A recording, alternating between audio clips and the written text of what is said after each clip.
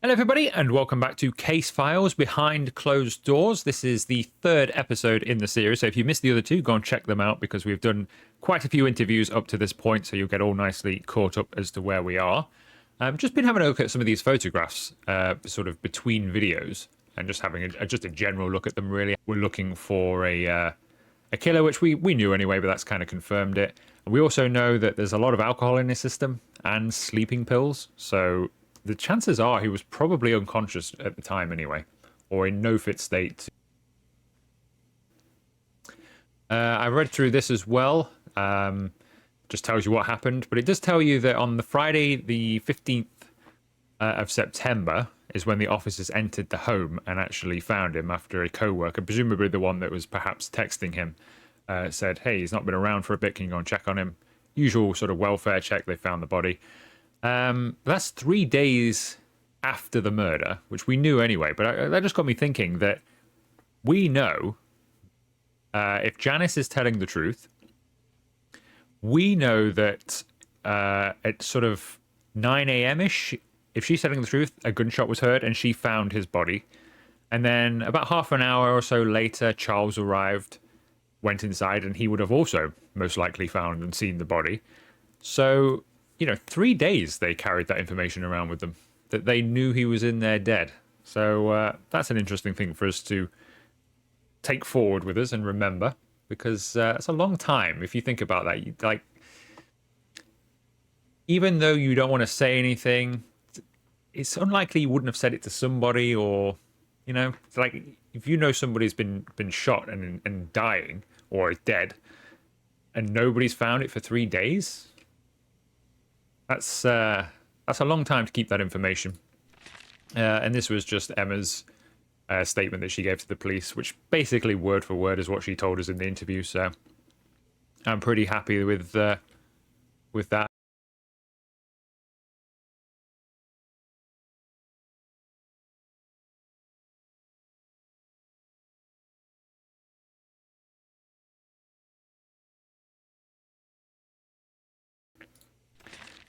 This kind of just shows, I think, that he was drinking a lot, and obviously everything that's gone on here. So he was drinking a lot, taking sleeping tablets, and this kind of just shows that. They've got his phone, I think, on the side there. It would be nice if we had access to that so we could browse through it, but never mind. You can see kind of work gear and stuff, like his tie and things on the side there. So he looks like he's just come home after. Well, I looked at his text thing. He actually did on the very night of his death. He had a taxi, but if that taxi just brought him back home, he looked like he's just come back and passed out, got drunk, passed out, and that's it, really. The one interesting photo I have found is this one, which shows, if you look at the door there, is open. So the back door is open, or at least the patio door is open,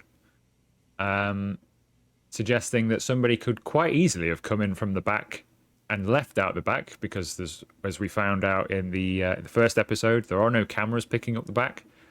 That's where Emma said that he'd entered from when he threatened her when she was packing her bags and Daniel got home. He came through the back and threatened her, apparently. So we know that, access to that is achievable without being seen. So did our murderer come through there and kill Daniel, which is what Janice heard? She races across the road, and then the murderer escapes back through that open doorway, and that's just been left like that until the police have arrived to take photographs. Equally, my other thought was, could still be Janice.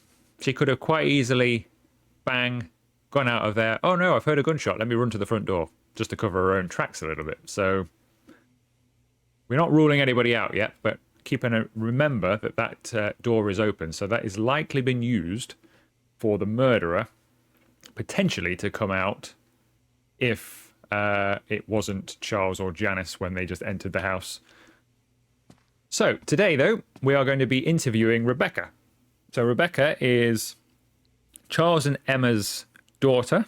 We only know a little bit about her from Emma's interview. Charles didn't really speak about her at all, other than to say, look, she's definitely not involved. So we're going to learn a little about Rebecca today. So let's get on with that now. All right, Rebecca, we are recording. Today is September 19th. I am Detective Martin Ruiz, badge number 7621.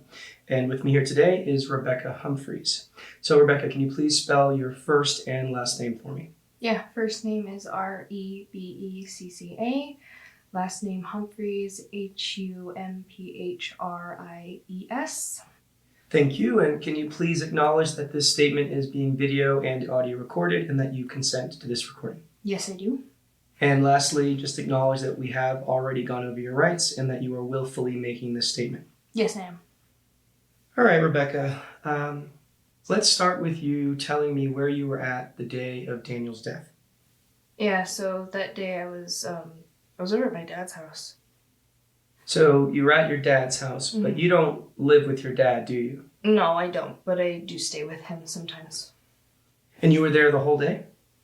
Yeah, I don't really remember any reason to leave that day. So can you remind me, how old are you? I'm 20. So you're 20. Mm-hmm. And you are a student at Fisham Community College, is that correct? Yeah, that's correct. So you didn't have any classes that day? Well, I mean, yeah, I did, but I had a very important paper that was due for my intro to psych class the next day, so I decided to stay home and focus on that instead, since my other classes weren't important. Now, your dad, he wasn't at home, right? He was at work? Yeah, that's right. He usually doesn't get home until late in the evening. So is there anyone that can corroborate that you were at your dad's house the whole day? I mean, like, sort of. I work at the main coffee shop at the school, and I had texted one of my coworkers asking if he could cover my shift for that day. So you didn't go to work that day either? No, I didn't. Like I said, I wanted to focus on my paper. Now, I'm going to ask you a question, and please be honest, okay? Please. Yeah. Do you think that either of your parents had something to do with Daniel's murder? No, of course not. Now, I'm not asking you if they killed him, just if they may have possibly had some involvement. Now, based on the history, you don't think that that's possible? No, absolutely not. No, I know my parents. It's not possible. Okay. So how long have you been living with Daniel and your mom?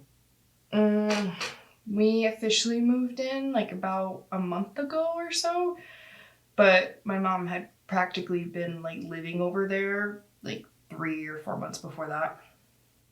And you were aware that there had been some domestic issues during that time between Daniel and your mom, correct? Yeah. Can you elaborate? Well, first off, I want to make sure that you know that the domestic issues, as you put it, weren't happening the whole time that I've been living there. It was kind of all recent, actually. Sure. Gotcha. So yeah, please continue.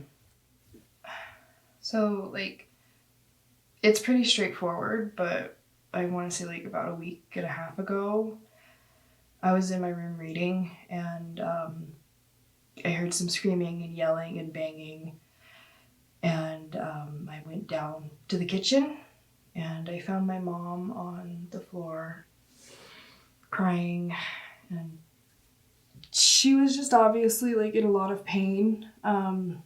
She was grabbing her right arm, and just her and Daniel had gotten into some sort of an argument, and he pushed her to the ground pretty damn hard.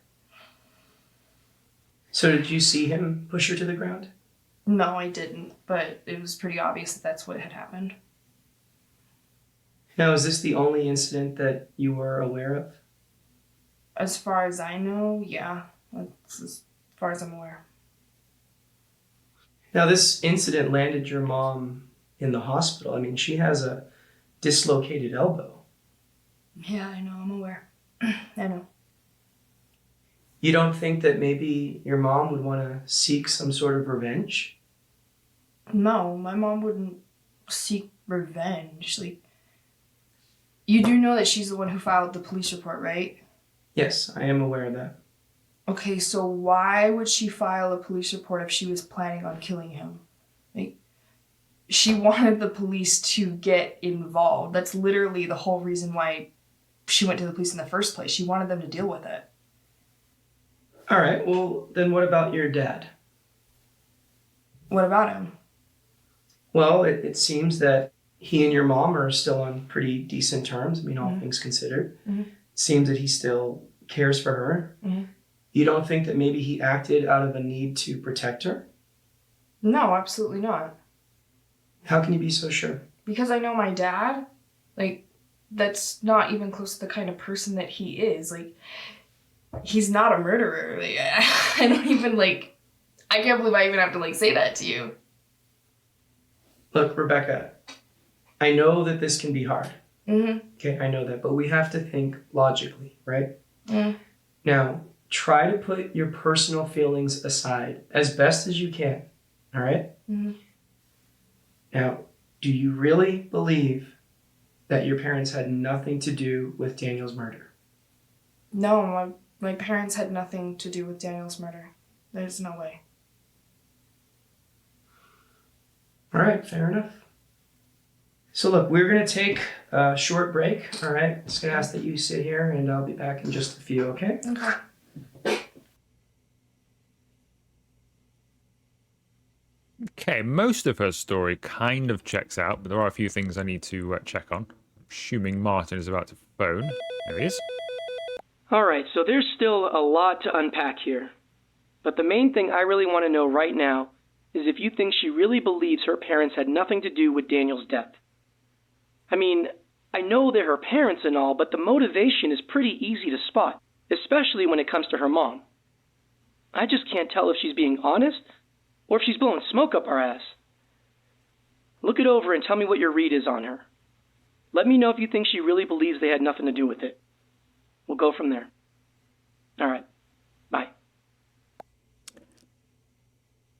Does Rebecca really believe her parents had nothing to do with the murder? I'm really not sure on this one. Really not sure. I kind of think that she was just saying, of course they've got nothing to do with it because you stick up for your parents. Not sure I bought her entire story. She doesn't seem to know about or is hiding the fact, but it wouldn't make sense to hide the fact. So she doesn't seem to know about the abuse that was happening otherwise. She just thinks it is very recent, so her mum's probably hidden it from her. But we had to really lean on Emma to get her to sort of acknowledge that there were other issues. So that's kind of fair enough. The rest of her story kind of checks in with the statement. How she was upstairs, she came down, found her mum on the floor. That all checks out with what we've heard from Emma and in the statement as well. So we're going to have a look, though, because she said she texted a fellow employee to say she wasn't coming in today, so could you cover the shift? So where is her text messages? Aha, here they are. Any chance... All right, what do we got here then? So on the 9th, any chance I can check your notes from yesterday's psych class? Could be spaced out, forgot we had class. Okay. So that's from Sydney. Yeah, check my notes. I'll email them today.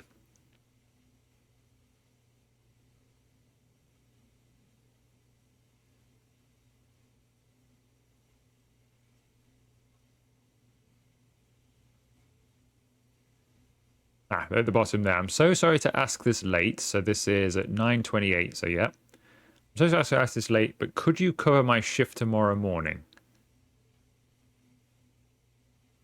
And then it wasn't until about an hour later, but that's not too much of a problem. Sorry, just seeing this. Yeah, I can cover it. I can use the money, actually. Thank you so much. No worries. Okay, so her shift was covered.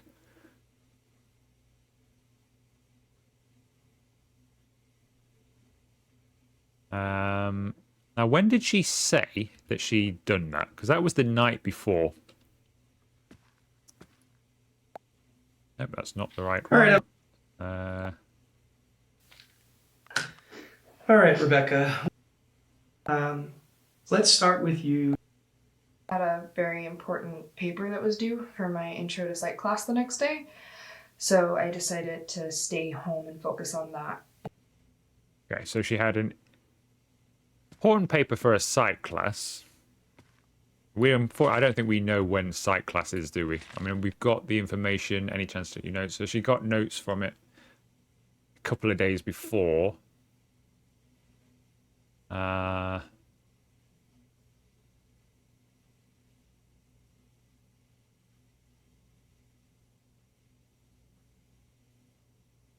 I don't think there's anything there that kind of backs up whether she actually had a paper in that day or not. Not on there anyway. Instead, since my other classes weren't important.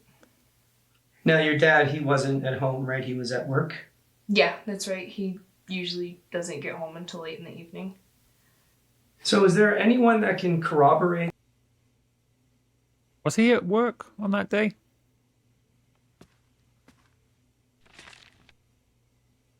Janice, wish we had these color coded, so I always go to the right one. So was he at work on the? We don't really know, but we kind of know that he doesn't pick and choose his hours, but he sort of picks and chooses his hours in That a you were way. at your dad's house the whole day? I mean, like, sort of. You see, now, like sort of is not a good answer to give the police or me in this situation, is it? Because you either are at your dad's all day or you're not at your dad's all day. Like sort of, what does that mean? Does that mean you popped out to the shop, or does that mean what does that mean? Like sort of. That's not a good answer to give. I work at the main coffee shop at the school, and I had texted one of my coworkers So you did do that, as we've corroborated. asking if he could cover my shift for that day. So, you didn't go to work that day either? That was the night before. Important. Why did you do that? Now, then? your dad, he wasn't at home, right? He was at work. Yeah, that's right. He usually doesn't get home until late in the evening. So, is there anyone that can corroborate that you were at your dad's house the whole day? No. So, Home you that didn't day. go go to work that day either? No, I didn't. Like I said, I wanted to focus on my paper. But that could be true. Now, I'm going to ask you a question, and That could be true. please be honest. That's not possible. Okay? Yeah. Can you elaborate? Well, first off, I want to make sure that you know that the domestic issues, as you put it, weren't happening the whole time that I've been living there. It was Why is she so I want to make sure that you know that the domestic issues weren't happening all the time? Why is that a key thing? Why would you want us to know that specifically? Why would you say, I just want you to know that the domestic... Why is she sticking up for Daniel here? That's weird. kind of all recent, actually. Sure. Gotcha. So, yeah, please continue. Unless she's trying to save her mum's face, maybe. It's pretty straightforward, but I want to say about a week. And I believe that's all true, what she says just there. Now, is this the only incident that you were aware of? As far as I know, yeah. That's as far as I'm aware. Now, this incident At least to get involved. That's literally the whole reason. That's not true, is it? Because I think it was Rebecca. I just go back to my Emma interview. So she spent the night with Rebecca. So she went to the hospital and she spent the night with Rebecca and told her the truth. And it was kind of Rebecca. Then they went out the next day. She got some pain medication and then they went to the police. It was kind of Rebecca that talked her into it, not that way round. Why she went to the police in the first place. She wanted them to deal with it. Feels like you wanted All them right, to deal well, with it, then not what that about she your wanted dad? them to deal with it. What about him? Well, it seems that he and your... Okay, I know that, but we have to think logically, right? I mean, an unwillingness to accept that your parents might be involved. Does she really believe her parents had nothing to do with the murder? I don't think she really does believe that. Because even if you tell yourself, there's always going to be a chance, isn't there, in this situation? And we've got nothing. I don't know. I'm going to go with no.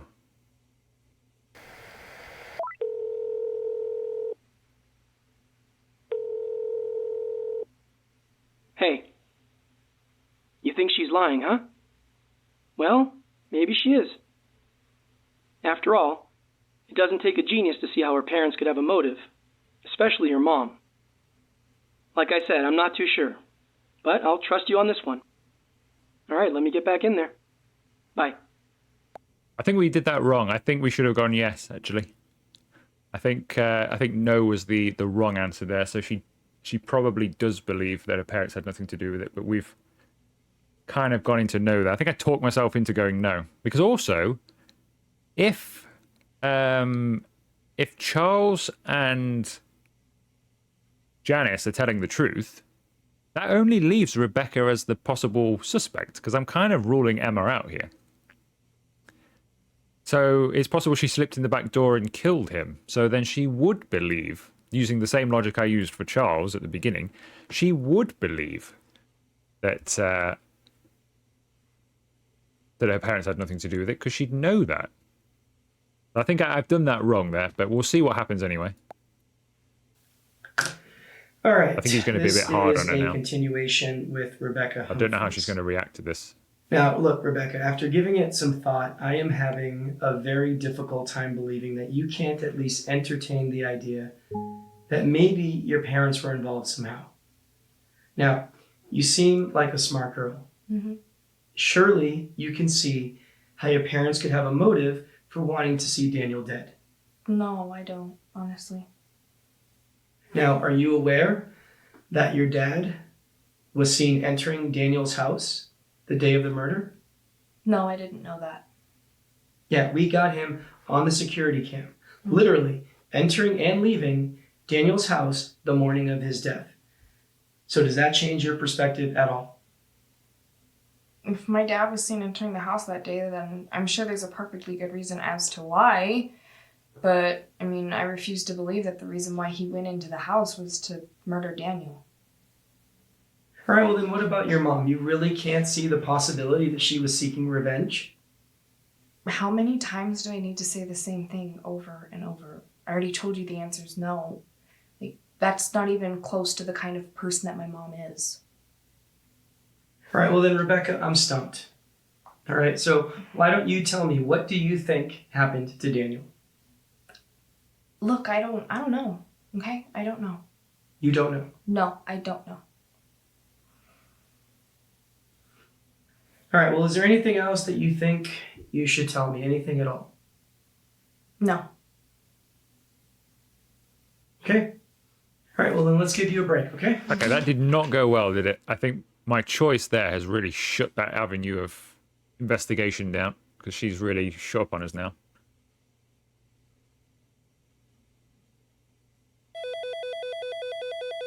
All right, we've heard from everyone that we brought here today. A lot of things still aren't adding up. And we still don't know exactly what happened to Daniel. I think it's time we turn the heat up a bit. Start poking some holes. I'm going to start another round of questioning. I'll bring Emma in here first. Let's see what happens when we crank it up a bit. I'll be back with her in just a sec. All right. Bye. I mean, we kind of did just crank it up, and it did not go well. Because he went a little bit bad cop there, and she did not respond to that very well at all, and just shut down all answers and gave us absolutely nothing. I wonder what happens. That's part of this game, is your choices matter. I wonder what happens if you would have said yes there. I wonder what answers she would have given us, because she would have been a bit more friendly. Yeah, we're on your side kind of thing. She might have slipped some information out that we could have used. Oh, well, we're going to now talk to Emma again then. So let's see what she has to say. All right, this is a continuation with Emma Richardson. Now, Emma, I've been giving some thought regarding your whereabouts on the day of Daniel's murder, and just to be clear, you were at the Best Day Motel the entire day. Is that correct? Yes, that's correct. So you didn't leave at all, not even to get food or anything like that? Actually, I did leave the motel that morning. It was quick though. I went to get breakfast at the diner across the street from the motel. I got the food to go, and then I went back to the motel and stayed there the rest of the day. So around what time did you go to the diner? It was early, probably around 7. Around 7. So you did not leave the motel at all any time after getting that breakfast around 7 a.m.? No, I did not. Now, did you eat dinner? Yes, of course. Okay, so then how was it that you got your dinner that day? Charles stopped by that evening to bring me dinner. Oh, that's very kind of him. Yes, it was. So what time did he stop by? I believe it was around Okay, 6-ish. that checks Around out. 6-ish. Now, did Charles bring you anything else? Like what? Like anything besides the dinner itself? I don't think so. And you're sure about that? Yes, I'm sure.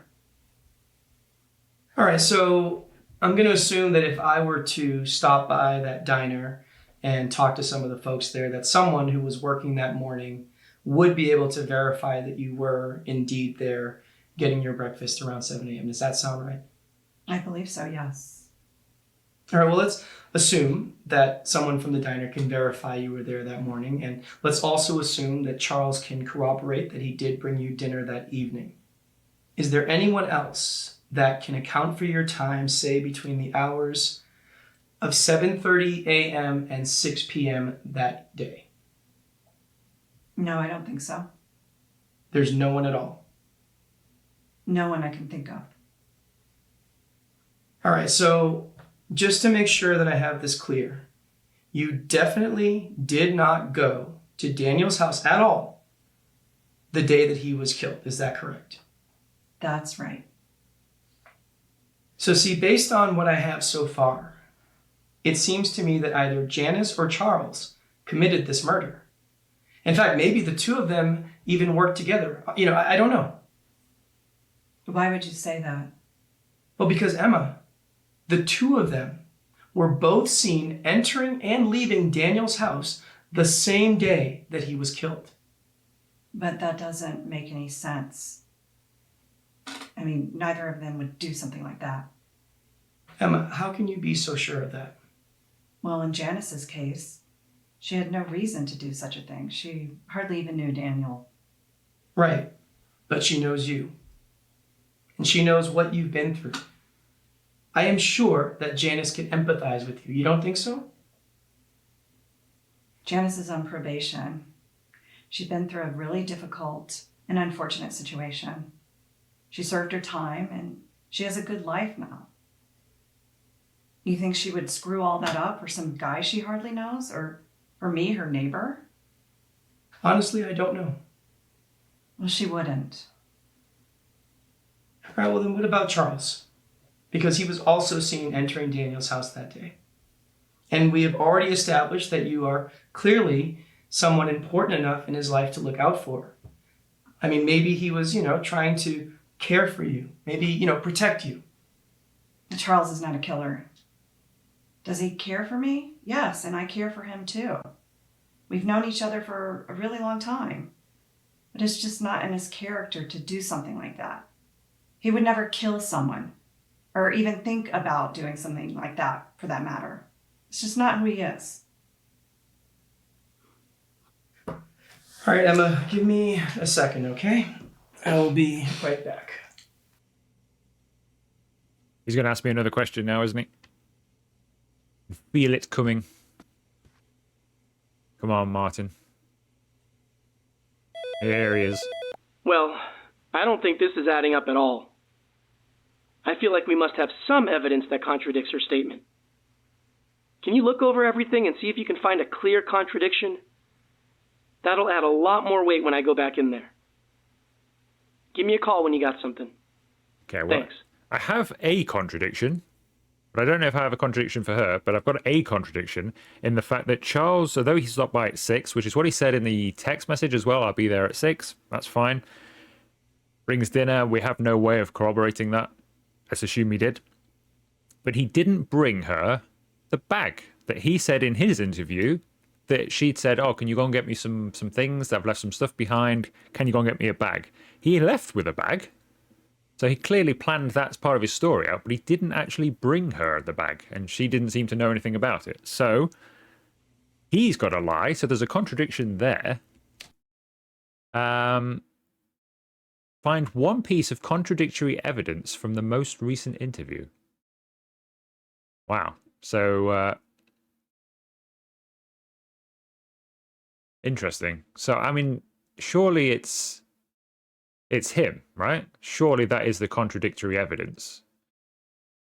Because what she said about Janice is kind of true. Although I do think Janice is the kind of character that she would become very protective and would just do this sort of thing. Particularly having been through it herself. And she maybe thinks that, I mean, she's done prison before. She could probably do it again. She's probably a bit harder than Emma is. So, you know, I could see her sacrificing herself that way, to be honest with you. We know Charles is telling lies. Is that the only piece of contradictory evidence? Even to get food or anything like that? So she left for the diner at Why would 7. you go to the diner? It was early, probably around 7. Do we have anything to... I don't think we have anything to corroborate that, do we? 7. So... Now, on the day of the murder, she only gets a message from Charles at 10 a.m. So we've got absolutely no... Yeah, we've got nothing kind of information-wise on there. I don't think Rebecca's going to help us out a little bit either, because she's got no messages from that day. Neither does Daniel.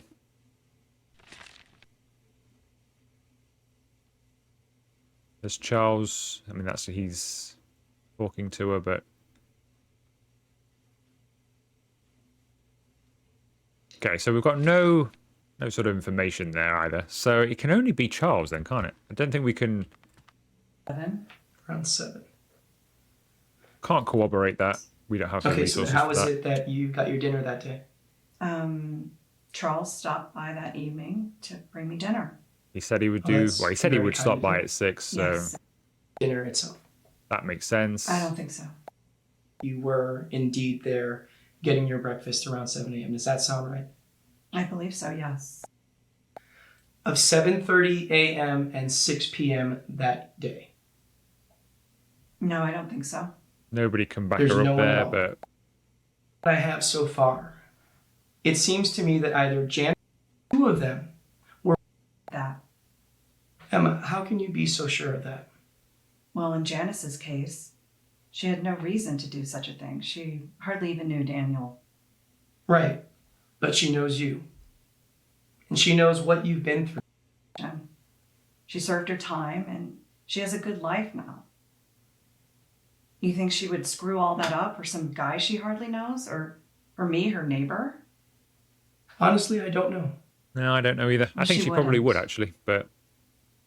All right, well then what about Charles? So it's got to be Charles. Because he has he's- to be the contradictory. Alright. Does he care for me? Yes, and I care I think, for him yes, he too. does care for you. I think he We've may known have each done other something for behind a your really back. long time. But it's just not in his character to do something like that. And that's wrong as well, because we've seen him on CCTV. He actually went to Daniel and threatened to kill him. He went violent on him. He would never kill someone or even think about doing something like that. See, that's wrong. See, now I don't know which to pick. Do we pick the CCTV as the that matter. evidence, or do we pick It's just not who the... he is. Okay, well... That shows that he has an aggressive side, shall we say? And this interview, he said, Well, I mean, that was all lies, wasn't it, really? Because he said he took her a bag. So find one piece of evidence, contradictory evidence from the most recent interview. Both of them are contradictory, aren't they? He would never do anything like that. Well, that kind of maybe shows that he would. And here he said that he went to fetch a bag for her. And he never delivered the bag. So it's got to be that.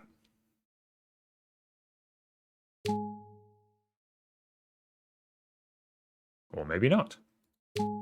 Okay, maybe it is this one then. Okay, is that one. I think it was both, to be honest. Hello? Yes, that's it. Kinda hard to argue that Charles isn't capable of murder, or at least thinking about it when you have him on video literally threatening to kill someone. Yes.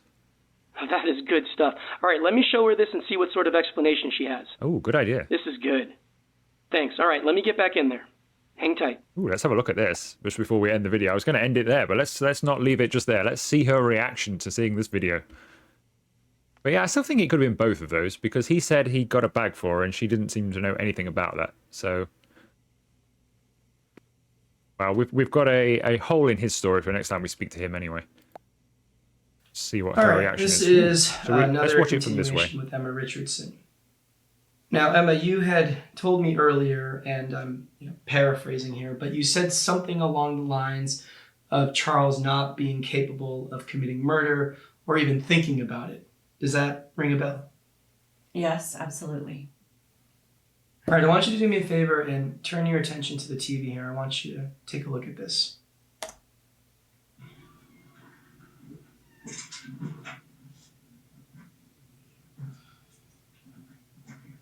She looks angry already, just seeing Daniel, doesn't she? Yeah, asshole. You're like, wait, I know what you did there, Mom. Look, I don't know what she told you, but I didn't lay a finger on her. Oh, shut up and cut that shit. I know you did. If you ever do that again, I will kill you. I will fucking kill you. You understand me? No, whatever. I will end you. You got that? I will fucking end you. She doesn't look very surprised. So what do you think now? I know how it looks, but surely you can see he's not being literal. Yes, he's angry and obviously trying to scare the shit out of Daniel. But to think he literally meant what he said, it's absolutely ludicrous. Is it really? It's a figure of speech.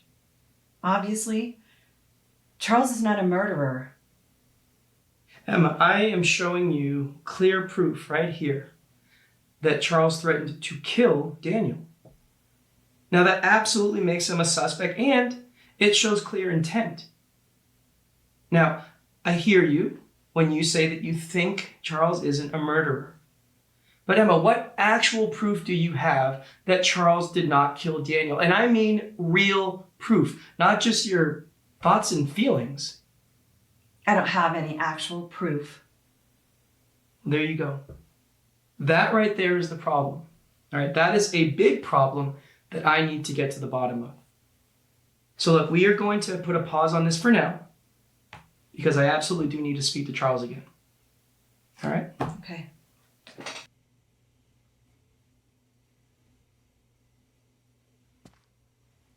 Any phone calls? Was he just going to go and get Charles? Nope, he's calling. All right. I think we're making some progress here. Time will tell. You did a good job finding the right evidence. Thank you. So now, let's see what Charles has to say. I'm going to get him back in here. I'll talk to you in a few. And we will do that next time, I think. So, she didn't look very shocked, did she? By the violence there. Like, if you saw a loved one, and you suddenly see them on some CCTV footage getting aggressive and getting into a fight, you'd think you'd have a bit more shock on your face than that. At least I would. If somebody I knew, you'd be like, oh, wow, look at what's going on here. Because she didn't know about that, apparently. So, she didn't seem overly surprised. Then she defended him, but then, of course, she's going to defend him. That makes sense. But yeah, there's... the fact she didn't look very surprised struck me as odd, or shocked even. Because she's telling us that he basically wouldn't hurt a fly. He would never do anything like that. He'd never be aggressive, never do anything like that. And then she's shown video of otherwise and didn't seem surprised. So that struck me as odd. So that's my takeaway from that little bit there. Obviously, Charles, in this next interview we're going to do, has some explaining to do, because he said he nipped round to, what did he say? He went round to get a bag for her. He did get the bag, but never actually took it to her. So there's an inconsistency.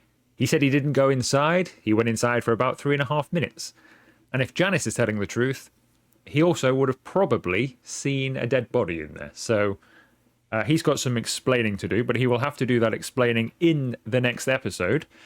So we will interview him straight away next time and hopefully unlock some more keys to this case. Unfortunately, Rebecca didn't go well today.